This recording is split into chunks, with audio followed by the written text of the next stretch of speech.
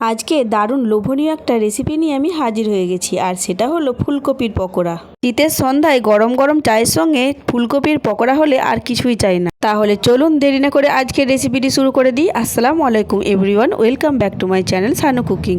আশা করছি আপনারা সকলেই খুব ভালো আছেন, আমিও খুব ভালো আছি। ফুলকপির পকোড়া বানানোর জন্য এখানে আমি একটা গোটা ফুলকপি নিয়ে নিয়েছি, আর পাতাগুলো ফেলে দিয়ে দেখুন ছুরি দিয়ে ফুলকপির ফুলগুলো আমি বের করে নিচ্ছি। আর যেগুলো বড় সাইজের আছে সেগুলো কিন্তু আমি মাঝখান থেকে কেটে নিচ্ছি। বাকি ফুলকপিগুলো যেমন সাইজ আছে ঠিক সেরকম সাইজেরই আমি করে নেব। এইবার গ্যাসে একটা হাঁড়ির মধ্যে আমি অল্প করে পানি দিয়ে দিলাম, আর অল্প করে লবণ দিয়ে দিলাম, দিয়ে ফুলকপিটা দিয়ে বসিয়ে দিলাম। আর ফুলকপিটা আমি একদম 50%-এর মতো সেদ্ধ করব, খুব বেশি সেদ্ধ করব না। ফুলকপিটা এইভাবে করে নিলে ফুলকপির মধ্যে থেকে যেরকম পোকামাকড় বেরিয়ে যাবে, তেমনি কিন্তু ফুলকপির খেলে যাদের গ্যাস অ্যাসিডিটি হয় তাদের আর গ্যাস অ্যাসিডিটি হবে না।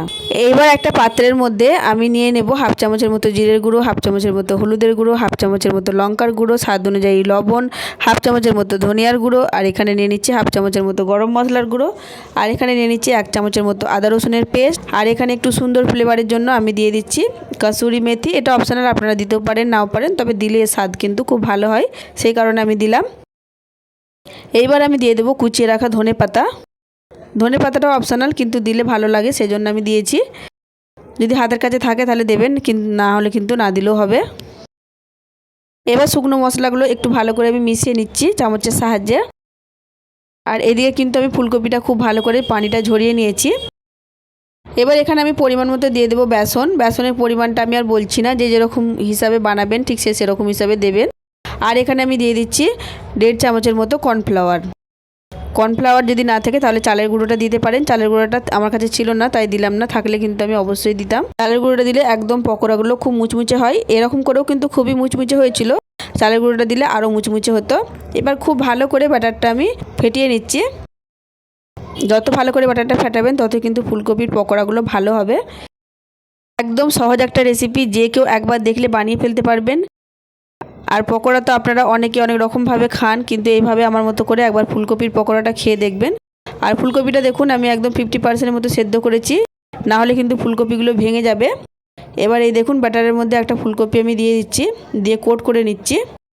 খুব ভালোভাবে কিন্তু ফুলকপিটা কোট করা হয়ে গেছে। ব্যাটারটা ঠিক এই রকমই করতে হবে, তাহলেই ফুলকপিটা ভালোভাবে ব্যাটারের সঙ্গে মিশে যাবে।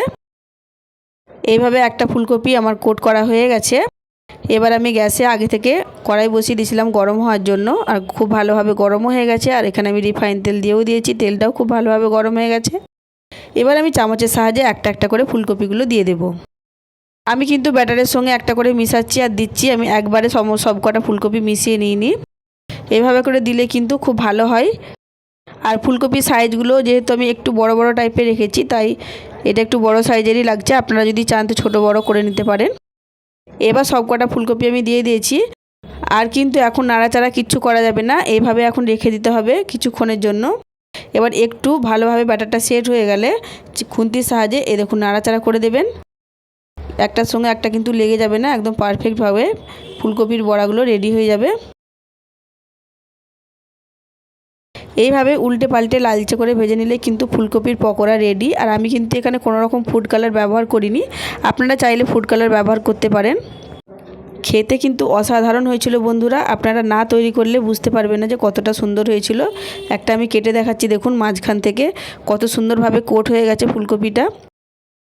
আমার মতো করে অবশ্যই একবার ট্রাই করে দেখবেন, আশা করছি ভালো লাগবে। আর যদি ভালো লেগে থাকে তাহলে প্লিজ লাইক কমেন্ট শেয়ার করে দেবেন। আর যদি আমার চ্যানেলে কেউ নতুন এসে থাকেন তাহলে প্লিজ আমার চ্যানেলটা সাবস্ক্রাইব করে আমার পাশেই থাকবেন, পাশে থাকা বেল আইকনটা প্রেস করে দেবেন, যাতে করে নতুন কোনো ভিডিও ছাড়লে সবার আগে আপনার কাছে নোটিফিকেশান পৌঁছে যায়। আর ফুলকপিটা দেখুন আমি ভেঙে দেখাচ্ছি মাঝখান থেকে ঠিক কতটা নরম কতটা সফট হয়েছে।